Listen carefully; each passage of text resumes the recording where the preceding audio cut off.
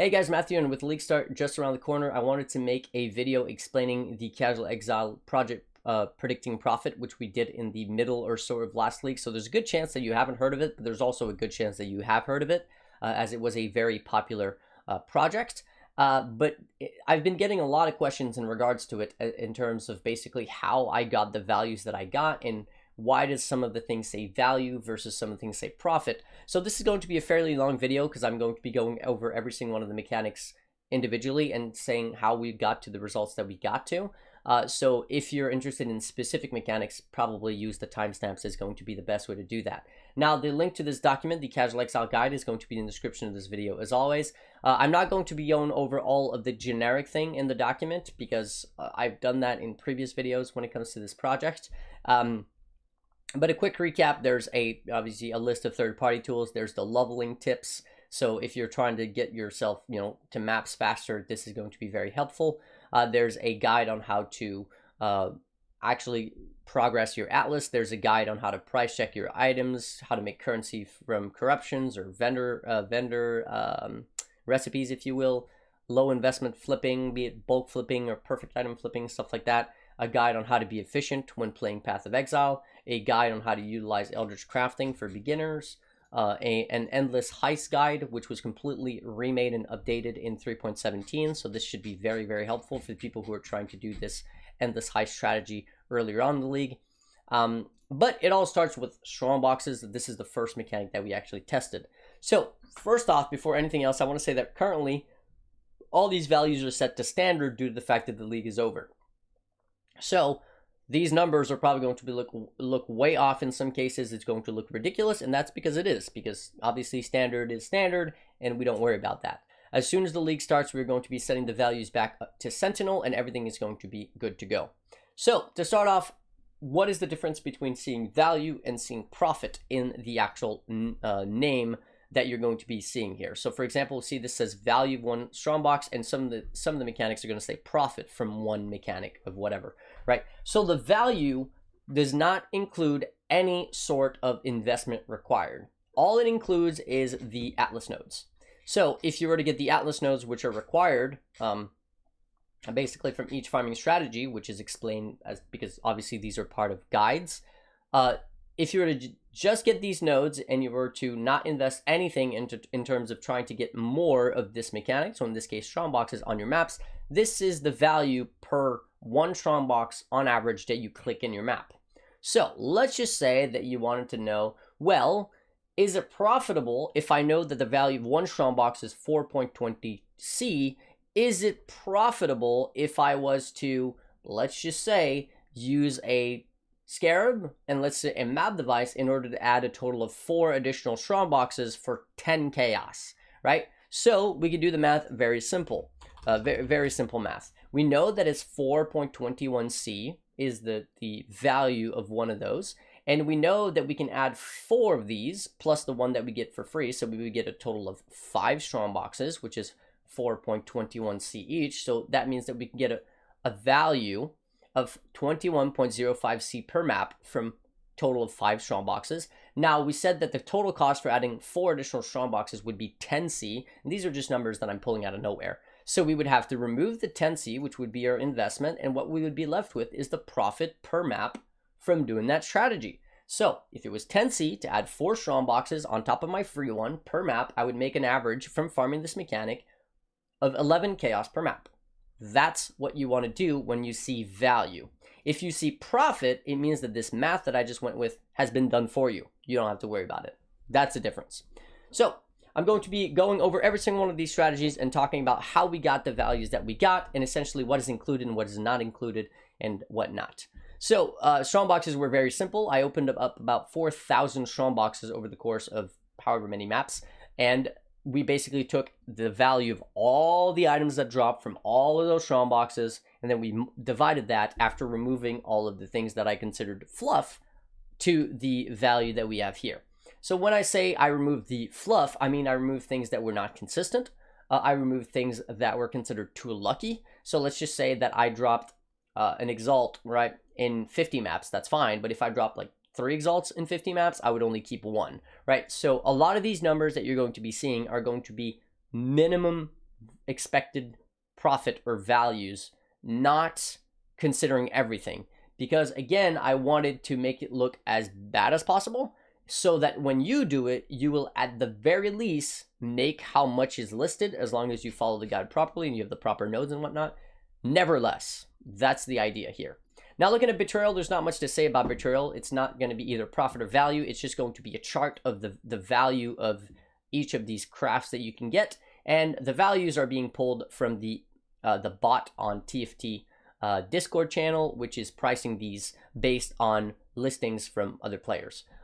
So that's kind of what you're going to see there. Now, it's kind of impossible to include values of investment when it comes to these, because I don't really know how good you as a player are when it comes to this mechanic. The thing about Betrayal is that it's a very skill-based mechanic. The more you know, the better off you'll be, the more currency you'll make off of it. But if you're bad with it, if you don't know how to set up your board properly and efficiently and whatnot, then, you know, you might not make this sort of currency on an hourly basis, which is why none of this is time-based. Everything is mechanic-based. It's based on doing it once. Now, if you wanted to figure out, well, what's my average profit per hour, you would look at how long it takes you to do that one time in like one map, and multiply that by the number of maps you can do per hour, and all of a sudden you have your profit per hour. Look at the Strongboxes, for example. We said that it was about 10 or 11 chaos profit per map. Let's just say that you can do let's say 8 maps per hour. That would be, you know, 11 times 8, 88 chaos profit per hour. Not great. However, that's you know, if you had 5 Strongboxes, what if you had 10 Strongboxes in a map? That would be double, right? So obviously that's the math that you'll have to do yourself. But there is nothing like that when it comes to the tutorial sheet. It's just telling you what the cost is. So if you ever get, let's say, a T4 Isling and you're like, well, how much is that worth? You can just open this up and you'll know exactly if you are getting scammed or if you're underselling or overselling. Okay, now this is a big one, Delirium Orbs. I get this question about this one all the time. So the only way that is possible for me to give you the value of Delirium Orbs is to look at it individually per layer of reward. So what we did is that we did a large sample size of each of the Delirium Orbs, and then we looked at how many layers of rewards were we getting from these mechanics over the course of X amount of maps. And then we took the total amount of value from all of these maps divided by the amount of layers to come out with a value of 1 layer. So what I mean by layer, I mean 1 bar of loot from 1 orb. So this is, for example, let's just look at, I don't know, Foreboding Delirium Orb. So Foreboding Delirium Orb for 1 layer, 1 time where the actual reward gets filled up and stuff drops on the ground, you're going to make on average 2.48 chaos. That's the value. Now, if you want to figure out if this is a good orb for you to buy and to run, you need to figure out how many layers of Delirium rewards are you getting per map. Now, this is going to be completely up to you based on your build, based on your farming strategy, based on how much you're juicing your maps, based on a million different factors that I have no control over, which is why the only efficient and realistic way I can give you this number is like this. So let me tell you or explain to you how I would go about utilizing this data for myself. So I know that Foreboding Delirium Orbs are worth 2.48 chaos per layer of reward. And let's just say I'm semi-juicing my maps, not much. I'm getting about 11 layers of loot per map. So I'm getting a value of 27.3 or 27.28 chaos of value per one of these orbs per map. So then what I'll do is I'll look at the price of the orb. So let's just say it's 10 chaos. That means that my profit per orb is 17.28 chaos per map. And then I'll multiply that by the amount of Delirium percent that I'm doing. So let's say I'm doing 60% Delirium orbs. That would mean I'm using 3 orbs. That would mean that my profit per map would be 51.84 chaos. Is it that good? Is that not good? That's entirely up to you. What your standards are and how much currency you have. Of course, some orbs are going to be a lot easier to purchase and a lot cheaper to purchase than other ones.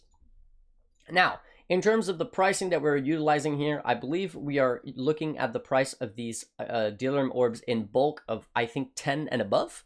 So if you were to buy the Delirium orbs 1 at a time, you can expect to make a lot more money than this because obviously you're going to be spending a lot less currency to buy the orbs. Now, again, these are standard values.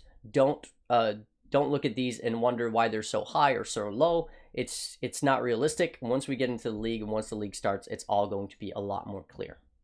Looking at expedition, you will see value because once again, we have not included the cost of whatever you're going to be running. So in this case, we're looking at an expedition, Rusted Scarab, and this was in Alkengo maps of 70 quantity and above. So pretty much all of the league mechanics that you'll see in today's guide are based on 70 quantity and above. Some mechanics are affected by quantity, some mechanics are not. For example, Strongboxes are not affected by quantity at all. They are just a set value based on the role of the Strongbox itself. Betrayal, well, obviously not. Delirium orbs are not affected by quantity. Whether you have 150 quantity on your map or it's a white map, the actual rewards that are coming from the explosion of one Delirium orb is going to be static. Expedition is different. Expedition is greatly increased by quantity, and the more quantity you have on your map, the more juice you have on your map, the more rewards you can expect to get, because runic monsters are affected by quantity because they're monsters, and and because they're affected by quantity, their drop rate of reroll currencies or logbooks will be affected. Therefore, if you're doing expedition, you want to be able to juice your maps. If you're doing, say, deli orbs, you could literally do white maps and the rewards would be the same. Now, clearly, if you did a white map, the amount of monsters in it would be significantly less than a juiced up rare map.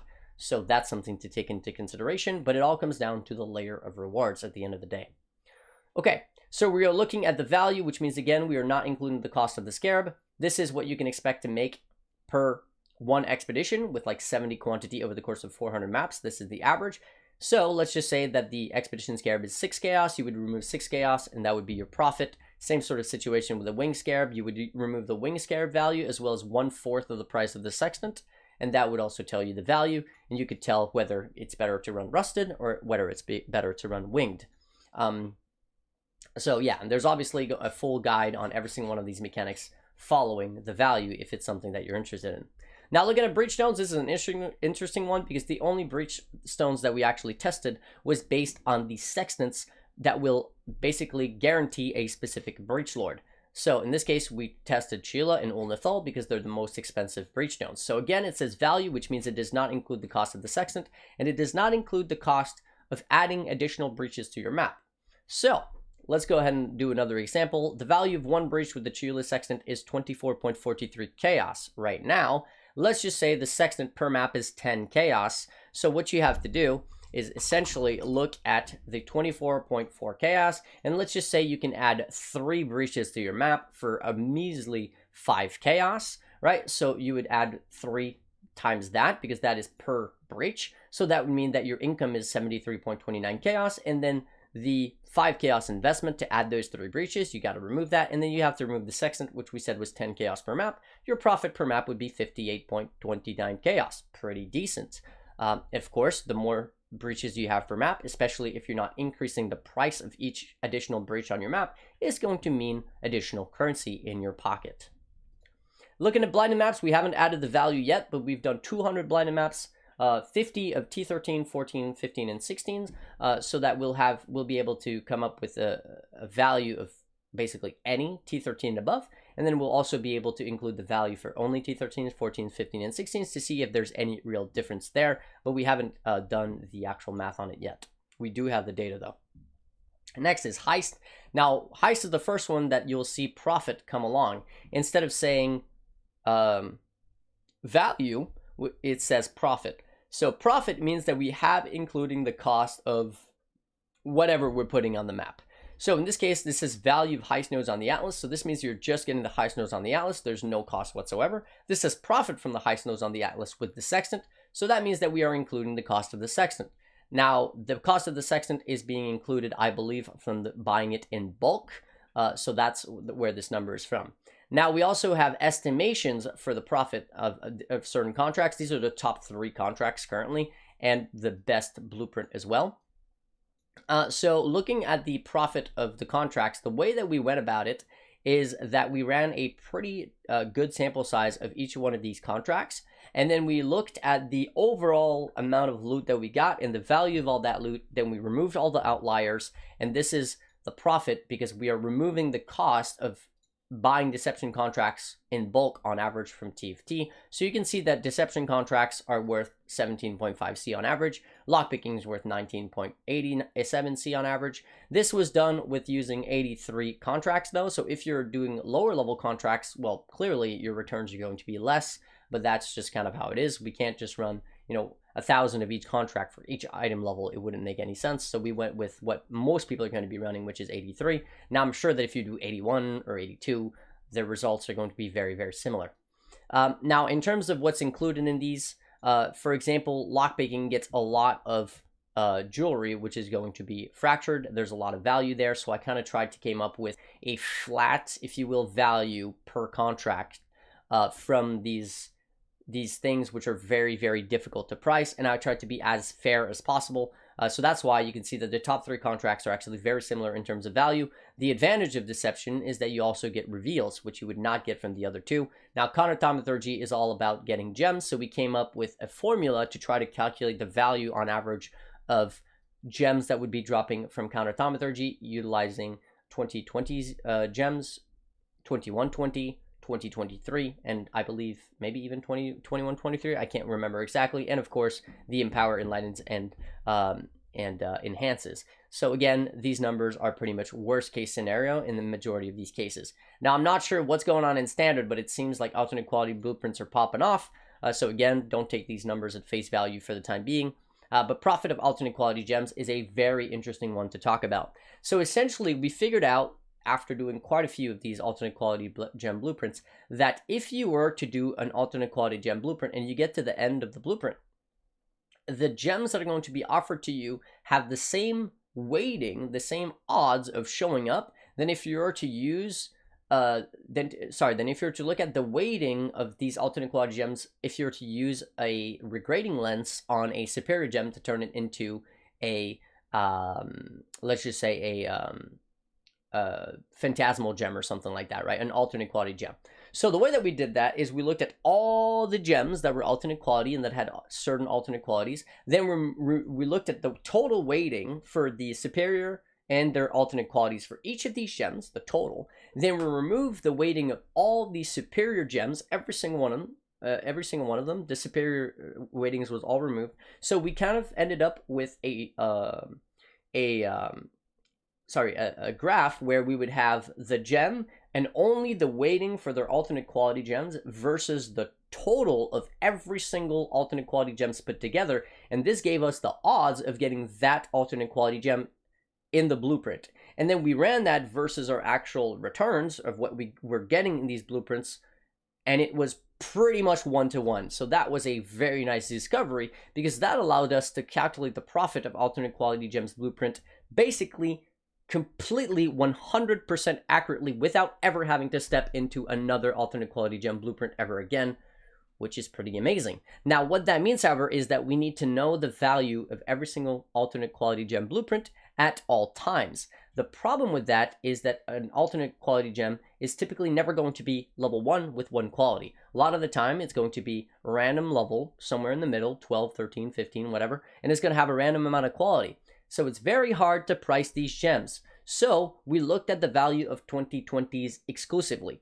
So this is the one situation in pretty much the entire thing where the estimated profit is calculating 2020 gems, which means your actual profit is going to be lower than what you're seeing here, but it would be the same if you were to actually level the gem to 2020. And that was really the only realistic way to go about this.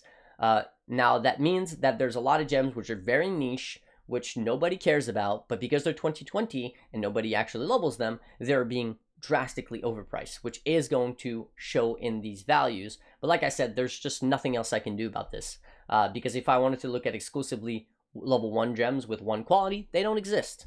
Yeah, so that's we try to be as fair and accurate as possible. Now, looking at the Blight mechanic itself is only for narrow layout, and this does include the cost of buying the Scarab in bulk. So this is the profit from 1 Blight in a narrow layout. For me, I was doing Toxic Sewers when I was testing this, which is probably one of the best in the game, alongside things like Core, for example. Yeah, this is the profit, which means it includes the cost of the actual investment, which is the Scarab, and that's it. It does not include the cost of the Sextant if you were to use it, which gives you +1 oils. And another thing is that the calculations is considering that you are selling oil extractors. Now, if you have an oil extractor, basically, and it's worth like 5 or 10 chaos, you could sell it. That's what we did when we accounted for these values. However, the really good thing to do is to make a filter that would show all anointed jewelry. Pick it all up, you know, amulets and rings, pick up every single piece of anointed jewelry, and then use the regex that I've listed down below, which was provided by one of Gazi's mod, and huge thanks to him for doing this. And essentially, you can copy paste this in your search bar in on your in PoE, and it's going to highlight the actual jewelry bases which have an anoint which actually has a golden oil as part of it. So that would be 1 for amulets, which means you would have a 1 in 3 when you use an oil extractor. And for, that would be 1 in 2 when it comes to ring anoints, because one of them would be a golden oil. For amulets, these are ones which have 2 golden anoints. So when you were to use an oil extractor on them, you actually have a 66% chance of coming out with a golden oil versus the ring with a 50% chance. Now, the downside of that is that you're probably going to end up with a lot more extractors than pieces of jewelry which are including a golden anoint. So you might have to sell what is exceeded, but that is going to be up to you. Now, we also have essences. Now, essences is considering the value of essence modifiers on the Atlas, including all the passives required, which again are all listed down below. So, for example, this league, we are going to get 3 essences for 3 chaos, which is absolutely busted, by the way. And that means that you take this number, you multiply it by 3, you add the baseline to it, you remove the cost, and you'll see the profit. So, real quickly, we can see that the value of essence nodes on the Atlas is 8.08 chaos per map. We would have to multiply that by 4, because we're getting 3 additional essences. So that means that we're making 32 chaos, and then we'd have to remove the investment. So that means we'd be coming out with 29 chaos profit of essences per map on average. Pretty good. Now, one thing to note, however, is that some of these calculations are not going to be 100% accurate, because you do need to consider the fact that essences, much like other mechanics, have a baseline chance of spawning on your Atlas. Not to mention, sometimes your Atlas is going to push that baseline chance a little bit higher. So what I just said is going to be a pretty good rule of thumb if you want to make it very simple for yourself. However, if you want to be very accurate about it, what you would actually have to do is take that 8.08 and divide that by the number of essences per map on average that you get for free. So you get 1 guaranteed by the Atlas, and then you have a 8% chance, and I think you have another additional like 30% chance. So you'd have to divide that by 1.38 to see what the actual average of 1 actual essence, not essences on your map device, because there's more than 1 guaranteed, but the 1 actual essence is worth that much. Then you would multiply that by 4, remove the 3 chaos, and then this would be your actual profit. So in some cases, this is going to be a little bit important if you want to be very, very strict. However, because every single one of the league mechanics that I've tested, we looked at the absolute minimum amount. We never really tried to maximize the currency that we were making through one thing or another, because maybe it was going to ruin the data, maybe it was going to add a lot of RNG to it, things like that. Because of that, these numbers are always low, like worst case scenarios. For example, when it comes to essences, I did a total of 1,200 maps with essences on the map. I never corrupted any essences, which means this value is including that you would sell the remnants of corruption. Now, the right thing to do with remnants of corruption is to always corrupt the meds essences, which is misery, envy, dread, and scorn, or the purple essences, if you will. You should always corrupt double shrieking essences, and you should always corrupt any single essence that has 3 or more essences in them, even if they're only screaming. It's still very, very worthwhile. So if you were to do that, this number, I guarantee you, would look quite a bit higher. So what I said that you would have to remove in terms of profit, it's actually a lot more that you would have to add. So again, you can pretty much trust the numbers entirely. And in most cases, you're going to make a lot more than what's listed.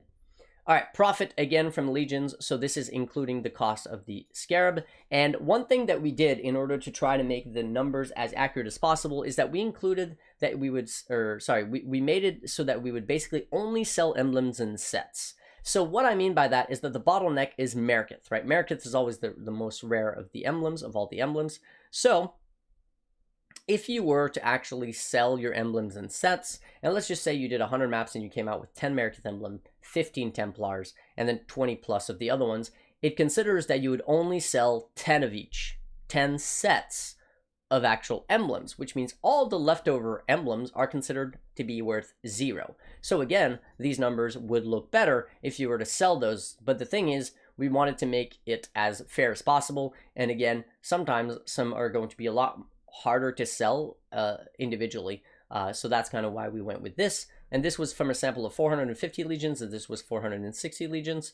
Now, in my opinion, as long as these numbers are relatively close to each other, so like 20 and 19, I would always use gilded because of this set situation that I just mentioned. And also because gilded is going to guarantee both of the generals, which is going to make it a lot more consistent. Meanwhile, the rusted look almost just as good as the gilded, and it's not really because you're going to be making a lot more currency. It's actually because you're going to be spending a lot less currency, because the price difference between rusted and gilded scarabs is pretty significant. Now, again, these prices are standard, so wait until we actually start the league to worry about what the values are and choosing what you want to do. Now, Metamorph says value because, again, we're not including the price of the scarab, and this is with a static of selling the organ sets at 5C or 1 chaos per organ. That's the math that we did here. So if you were to not pick up any organs and you're like, I'm not going to be selling any of this, I don't want to have to worry about it, you just remove 5C from whatever this number is, and that's going to be the new expected value. And then you can remove whatever you're adding in terms of the investment. Now, this does not include the sextant for catalyst dropped by metamorphs and errors are duplicated. And so that's something that is going to drastically change this value, both in terms of investment and in terms of rewards. And note that this was done in City Square, which is a boss with 3 maps. And this is very important because of how metamorphs work with their organs. You get a lot of organs when you do multiple boss maps. Everything about that is explained in the actual guide down below. So that's kind of what you can expect out of that. Now, is it fair to assume that you can sell organ sets for 5C or 1C each? Absolutely. They were significantly more expensive than that this league, but that's because they were part of a challenge. Now, if they're not part of a challenge, I think that 5C for the set or 1C each is honestly a very minimum value. People are probably going to be willing to pay more than that. But again, we want you to be minimum, not maximum. All right, harvest, there's nothing to really calculate here because realistically, harvest is a mechanic which is entirely dependent on your skill level when it comes to maximizing your profit with it. There is a full guide on how to maximize your profit with these with the harvest mechanic, and this was updated in some regards because some of the links were dead and some of the stuff was a little bit outdated. So I did some fixing of that, I believe. If not, it's in the database and I'll be importing it over here, so it will be all up to date. But realistically, this is sort of how you go about min-maxing harvest. Now, whether or not it's worth it to use a 12C modifier or whatever from the map device to use harvest, that's going to be based on you and only you. I would say it's always worth it, especially if you're paying 12C. People were buying this sextant here for like something like 2x for 3 maps last league. So imagine 12C, it's a fraction. Now, it does mean that a lot more people are going to be doing it, which means a lot more of the entry-level crafts, such as cluster jewels mostly, are going to be a lot cheaper and a lot more available, but still 12C is very little. All you need, for example, is to turn a single, say, Xoth Breachstone into a Chayula Breachstone and you've made your money back, right? So it's not that difficult. Okay, next we have beast farming. Now, beast farming, we have the profitability from gilded scarabs, which I should probably add as a note right here. So let me go ahead and do just that. Note, these values are from gilded scarabs. Okay, sorry about that. So the importance of that is that I don't think it's ever worth it to farm bestiary or beast without gilded scarabs. If you were to use rusted or polish, I don't think it's worth it. That's something that's worth it if you're doing the multiple account sort of shenanigans, but otherwise you should always be using gilded scarabs. The upside is that gilded scarabs are very cheap. Now, this says profit, which means it does include the cost of gilded scarabs, and it includes the price of gilded scarabs buying in bulk. So this is super accurate. And we have included the price if you were to sell with yellow beasts, if you were to sell the yellow beasts, and we also have it without the yellow beasts. So if you were to not sell them or just not kill them entirely and just skip them and only focus on the better beasts. So yeah. Delirium farming is one that I wanted to do, but I never actually finished it during the league. So it's one that I'll probably be doing sometime this league to add the data here. But it should be overall pretty good, depending on the price of simulacrums and the Mirror of Delirium Sextant. However, we don't have to worry about the Delirium Mirror Sextant this league because it is on the map device, which means that overall, Deli farming this league should be very, very strong.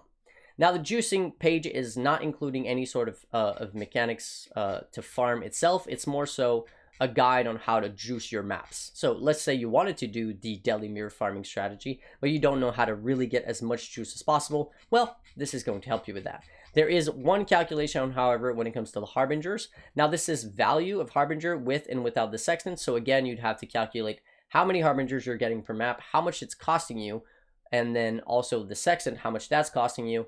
And then you would look at, you know, what you're getting back out of it, what you're investing, and then see whether it's profitable or not to utilize Harbinger as a farming strategy, or if you should just use them as basically a way to juice your maps to where it's okay if you typically just break even, if you're not really making any profit per Harbinger, as long as it's allowing you to juice your maps so that you can make more currency from something else, be it magic finding, you know, deli rewards, whatever it may be. Lab farming does not have any sort of calculations because that's extremely complicated, but it does have all of the links to the bases as well as guides on the tools and whatnot, the builds that you should use for labbing, stuff like that. And then finally, the last page is boss farming. Now, again, this is standard value, so don't pay attention to that. I'm pretty sure you're not going to make 8,000 profit per hidden invitation. 8,000 chaos is quite a bit, but once again we are into the league, these numbers are going to be a lot more realistic. Now, in terms of what we did when it comes to this, you see that every single one of them says profit because every single one of them includes the cost of buying the sets or whatever is required in order to farm them. Not only does it include the cost, it includes the cost of buying them in bulk. So if you were to farm Shaper here, you can see the profit is 76.01 chaos. That includes the cost of buying the sets in bulk on TFT and selling the actual Shaper or the Uber Elder fragments in bulk on TFT. So if you don't use TFT, you might actually get, you know, relatively, I guess you could say, different results. But if you're not using TFT for bulk, and let's say you're buying your Shaper sets one at a time on trade, and then you're selling your actual Uber Elder fragments one at a time, you're going to be buying them for less, but selling them for less. So in reality, you're probably going to be hovering around these values anyways. But the reality is to try to make it as accurate as possible for people who are boss farming. Typically, they're going to want to be farming a lot of these bosses, which is why we went with bulk sets. Now, as you can see, when it comes to the Uber Elder, we have both the profitability from Watcher's Eyes sold unidentified and identified. Typically, Uber Elder and Elder, you're always going to lose money if you identify the Watchers. But if you're feeling like you want to gamble, that's something you can do. Chayla is always going to be a loss of money, so don't be surprised there. The cost of entry is pretty high, and the returns are basically non-existent, especially after the first few days of a league. Uber Zeri, I don't know what's going on in standard, but that's weird. This should always be in the negative as well. Very low negative, however, because the things that you can get from Uber Zeri are not really worth much, but unlike something like Chila or Cortex, the entry cost is also very low. Cortex is always going to be negative because it doesn't include the synthesized bases that you could get if you're using the nodes on the Atlas. So realistically, it only takes you getting a single base worth 10, 20, 30, 50x or above to make up a cost of a lot of those Cortexes. But normally, Cortex is only worth the farm as part of the field. If you're doing Cortex specifically for Cortex, you will probably be losing money. Maven, we have removed the cost of all gems under 10C, and this is not static, this is dynamic, which means let's just say that an Awakened added lightning damage was 10C when we did this. It was maybe removed from the data pool. However, let's just say that that same gem is 20C on the third day of a league, it would be included in the data pool. So it is smart and dynamic calculations there. Cyrus, same thing, everything bought and sold, or bought in bulk, sold as singles. Nobody's really going to buy, like, you know, Cyrus watchstones or gloves in bulk. Maybe some people would, but it doesn't really make sense. Searing Exarch and Eater Worlds is one that I need to talk about a little bit, because the thing about Searing Exarch and Eater Worlds is that these numbers are very accurate. However, they are accurate from the previous league where quantity on the imitations did not affect the drop rate of the actual Forbidden Jewels, which means that they are not this is including Random White, which was about a 5 to 8% or something, 5% base, and then the nodes on the Atlas made it like a 7.5 or 8% chance to actually get a Forbidden Jewel. This is going to be going higher if you're able to run your invitations, you know, with quantity on them, as they said that it's going to scale with quantity. However, the downside when it comes to Eater of Worlds and Searing Exarch is that a lot of it is based on basically jackpot loot, right? It's based on the fact that some of the forbidden jewels are worth an absolute fortune. Most of them are not. So most of the time you're going to either break even or outright lose currency until you get lucky. So if you're looking at Searing Exarch and Eater of Worlds and the profitability looks pretty good, just consider the fact that you are probably going to make that much money on average per run, but only over the course of many, many, many runs. And then finally, we have the profit from the Form Twisted Elder Slayer and Hidden Invitation. Now, the way that we went about this is that we only calculated things that were consistent to these invitations. So for example, Formed, we calculated that we would buy the sets in bulk for the maps on TFT once again. And in terms of the returns, we calculated only things that were consistent. That would be the Shaper Fragments from the bosses themselves, using obviously the Guardian's Aid notable on the Atlas. That would be the actual Shaper Fragments from the invitation. That would be the Orb of Conflicts. That would also be the actual that would also be the Maven's Writs, which is the majority portion of the numbers that you see here. Hidden Invitations, this is probably, it probably looks like that due to the Flawless Breachstones, but I can guarantee you that you're not going to make that amount of currency. I'm guessing Flawless Breachstones are either heavily price manipulated in standard or non-existent, so the very low supply makes it look extremely, extremely expensive. So that's kind of what you can expect. But again, once these values are all changed into the Sentinel League, it's going to be very, very good. And pretty much everything I've talked about today, again, is a minimum that you can expect to make, which means if you're willing to do the math and be accurate and try to be precise with your farming methods, you can actually make quite a bit more than the numbers that you will see listed in each one of the guides. Now, finally, there's going to be a guide on how to auto-update, because all of these values are updated every 4 hours. But they are pulling from a sheet which is called, well, this. And this sheet basically is pulling the data, which is feeding into here, which is why if you look at any of these values and you click on them, you'll see a formula here, which says import range, and that's because it's importing from the other document. And if you want the updates to be every 4 hours, you need to set this up to have an auto trigger, which means you got to follow the guide. Otherwise, you just will not have the updated data. So that's okay if you don't mind not making a copy of this. However, this document is very popular and it crashes all the time. So to prevent issues, the best way is to make a copy for yourself, set up the auto updating guide every 4 hours, and then completely forget about it until I make another video telling you that I've changed some things. Which, of course, if there is any update or anything new being added, I will be giving you guys an update. But that's pretty much it for the video. Hopefully this actually explains a lot more about the data and what you're going to be looking at when it comes to the project predicting profitability and how to utilize it to your advantage. Now, before I go, I want to say a massive thank you to my supporters, so Jaden, Rocky, Max, Mist, HKMZ, Thomas Mass, Mercury, Solomonk, Exo, Alex, the Great Master, Nate, Tim, the other Alex, Alex McCon, Nailed, Talismar, Anto Dragon 99, Faith, and Bitizen, as well as, of course, anyone else who has supported me in the past, and anyone else who wishes to remain anonymous. I know this was a long one. Hopefully it was informative, and I'll catch you guys in the next one. Peace.